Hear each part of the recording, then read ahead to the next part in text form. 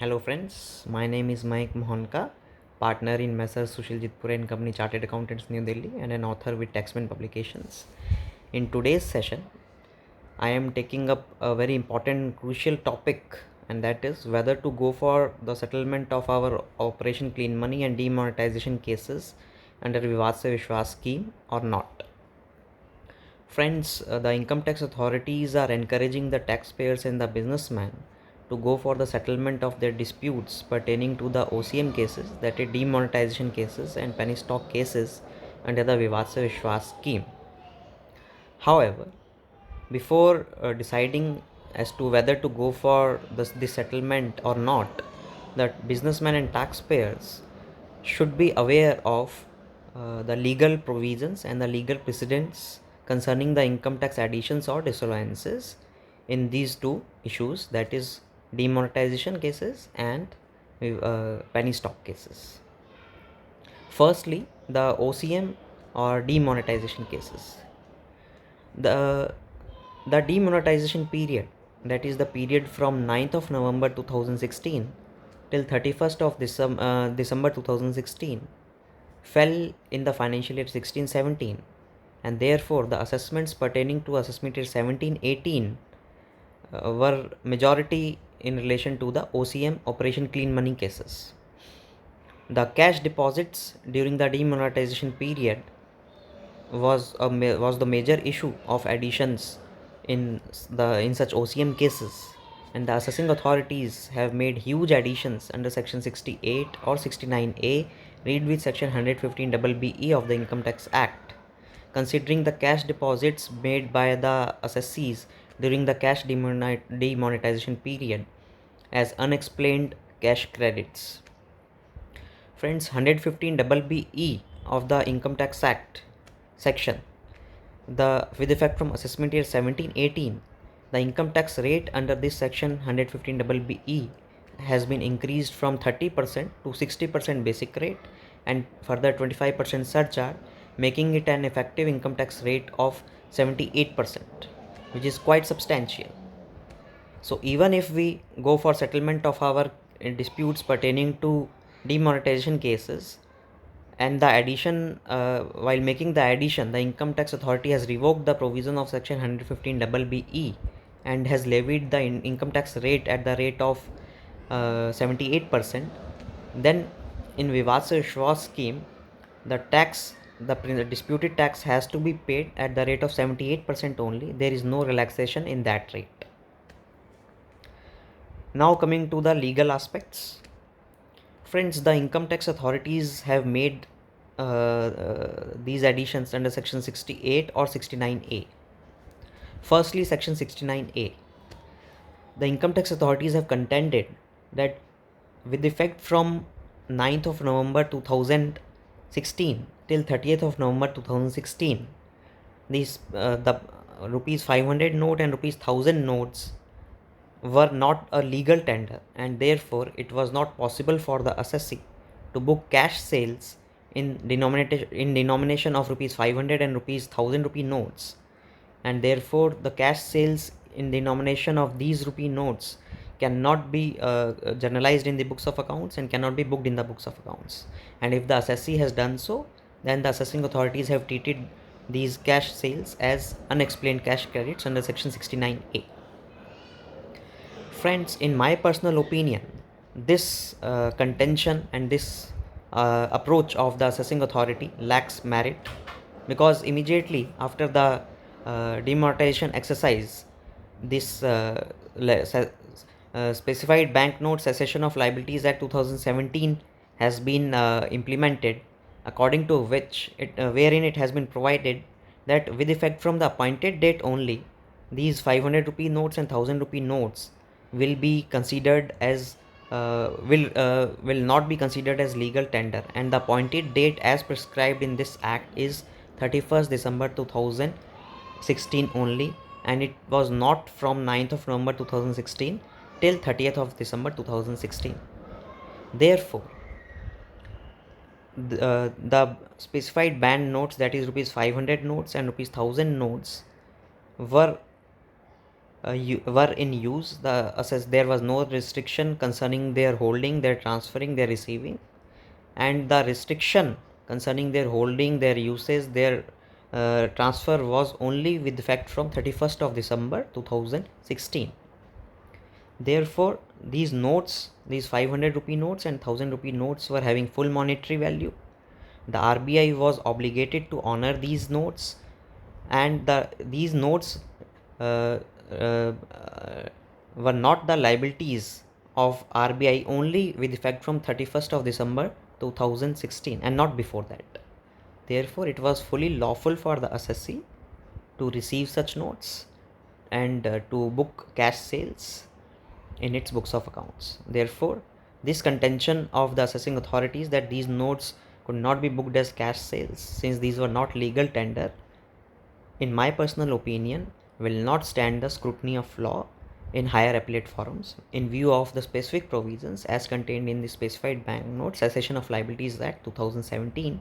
which clearly provided that only with effect from the appointed date, that is 31st of December 2016, these notes will cease to be the liabilities of Reserve Bank of India, and before that they will completely the liabilities of Reserve Bank of India. Now coming to the second aspect, that is section 68 addition. Assessing authorities have also made these additions in relation to the cash deposits under section 68, considering them as unexplained cash credits. Friends, it needs to be appreciated that addition under section 68 can be made only if that unrecording of cash has not been recorded in the books of accounts. And in numerous case laws, it has been held that bank passbook or bank statement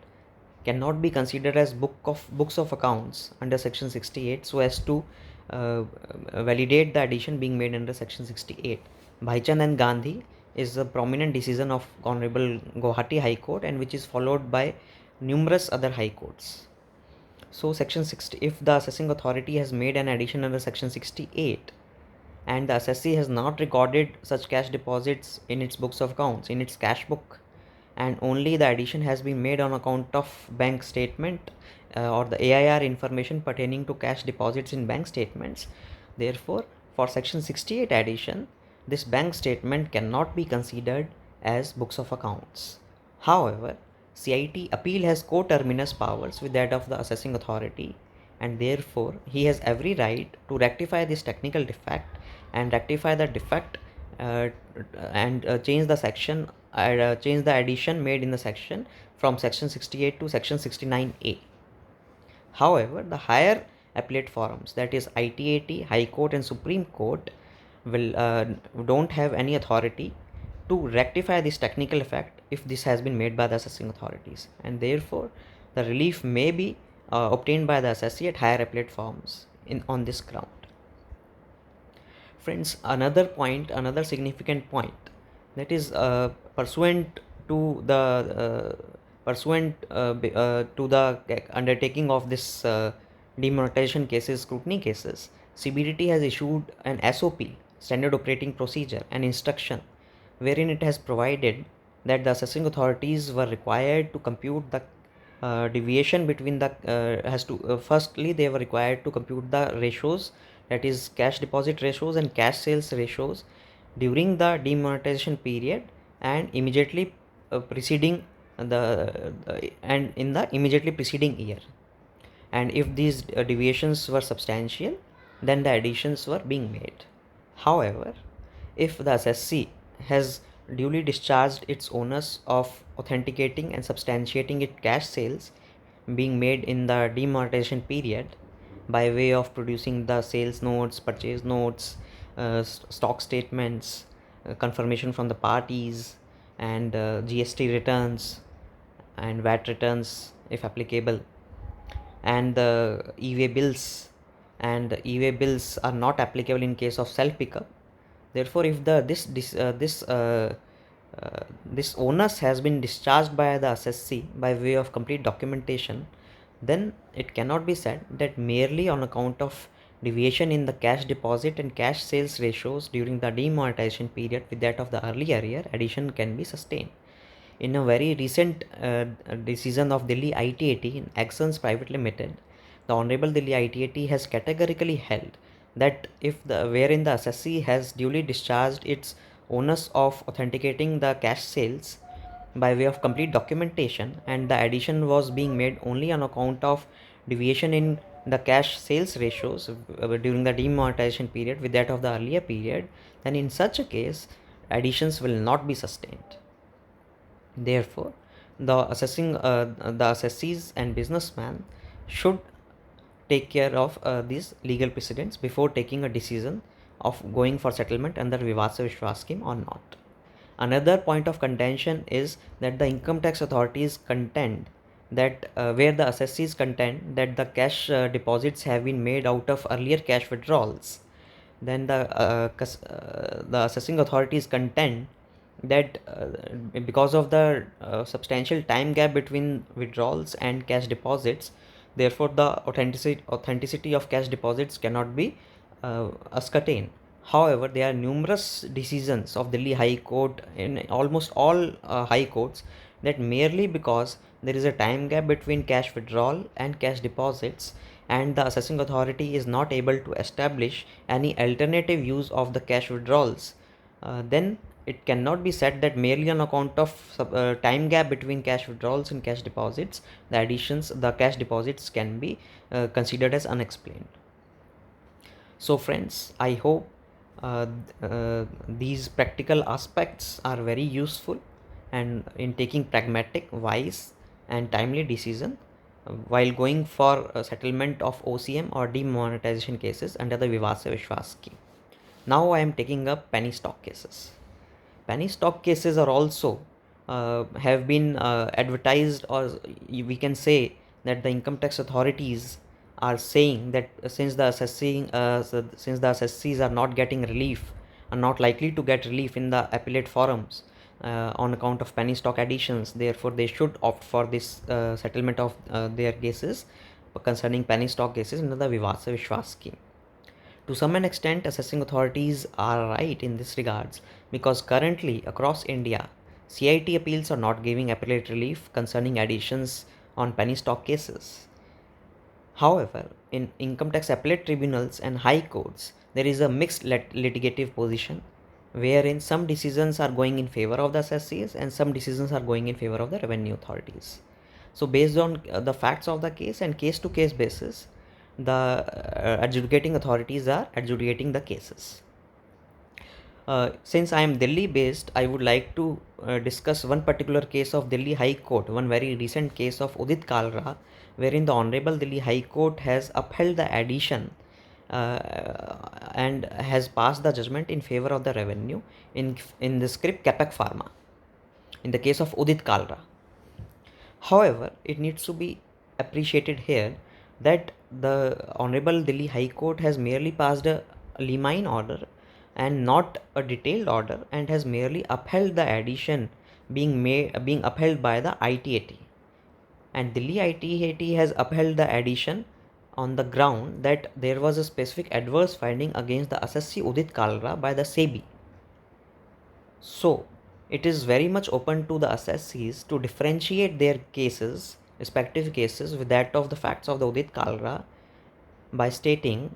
that there is no specific adverse finding by the SEBI against them, that they are beneficiary, they are involved in some money laundering activities or other malpractices. On their part, the documentation and substantiation and corroboration of the long-term capital gains on penny stocks is complete. They have duly furnished all the corresponding purchase notes, sale notes, STT evidence, and bank statements, confirmations, if any, from the brokers. And most importantly, if the assessing authorities are unable to establish the source of cash generation by the assessee, and also the fact that some cash has rooted back in the books of accounts by way of long-term entry, if the assessing authority has not established such facts and has merely made the addition on the assumption that since the assessee had made some long-term capital gain on penny stocks, then he must have earned some, then he must have generated some cash unaccounted income, and then he must have routed back his unaccounted income in his books of accounts merely on speculation and guesswork. This speculative and guesswork will not sustain in higher appellate forums, and if the assessee has duly discharged its onus of establishing the authenticity and genuineness of the long-term capital gains, then the appellate authorities are bound to give the appellate relief to the assessees. Therefore,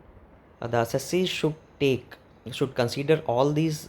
facts as well as legal precedents in mind before opting for the Vivad Se Vishwas scheme. Friends, I would like to discuss one particular case wherein it is really beneficial for the assessees to go for Vivad Se Vishwas scheme, and that is if they have made a tedious default under section 2001 and the corresponding disallowance under section 40A subsection 1 has been made against them in the regular assessment orders. Suppose, for instance, assessee Messrs XYZ Private Limited incurs an expenditure of rupees 2.5 crores in its books of accounts and debits the said expenditure in its profit and loss account. However, it forgets to deposit the TDS in time, and therefore the TDS under section 194C on logistic expenditure at the rate of 2% works out to 5 lakh rupees. If Messrs XYZ Private Limited has not deposited this TDS within time, then an order under section 201 of the Income Tax Act treating the assessee as an assessee in default is passed, and also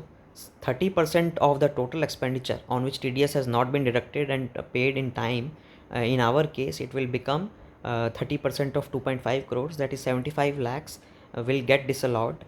in the regular assessment order. Suppose now, further taking further this case study, the assessing authority has also passed an penalty order under section 271(1)(c) for concealment of income, which was applicable up till assessment year 17-18. From assessment year 17-18, section 271(1)(c) has been replaced with section 270A for either misreporting of income or underreporting of income. In our case study, the penalty order has been passed under section 271(1)(c). Now, if the assessee settles his 3 income tax disputes in Vivad Se Vishwas scheme, that is order under section 201 treating the assessee as an assessee in default, then disallowance under section 40A subsection 1 in regular assessment orders under section 143(3),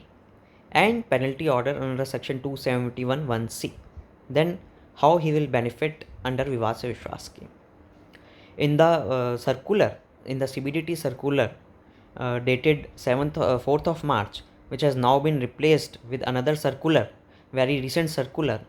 in which in one particular question it has been categorically clarified that in such cases the assessee will be required to pay only the principal TDS which he has defaulted in paying. In our example, the principal default in TDS was rupees 5 lakhs. So if the assessee pays 5 lakh rupees and after opting for Vivad Se Vishwas scheme, then he will not be required to pay any tax on 75 lakhs rupees of addition under section 40A subsection 1 in regular assessment orders, and further he will also not be required to pay any penalty under section 271(1)(c) also, provided he makes declaration for all the 3 cases, for all the 3 disputes in the declaration form 1 under section 4 of the Vivad Se Vishwas Act. Then by just paying 5 lakh rupees, he will get immunity from paying any tax on 75 lakh rupees of disallowance, as well as any penalty, as well as any interest under section 234B or 234C, if any, has been levied on that addition or disallowance. So such cases are definitely very beneficial to be opted under the Vivad Se Vishwas scheme. So friends, for now I am signing off, and I request everybody to remain safe, to be productive in this lockdown period. Okay, bye bye, take care.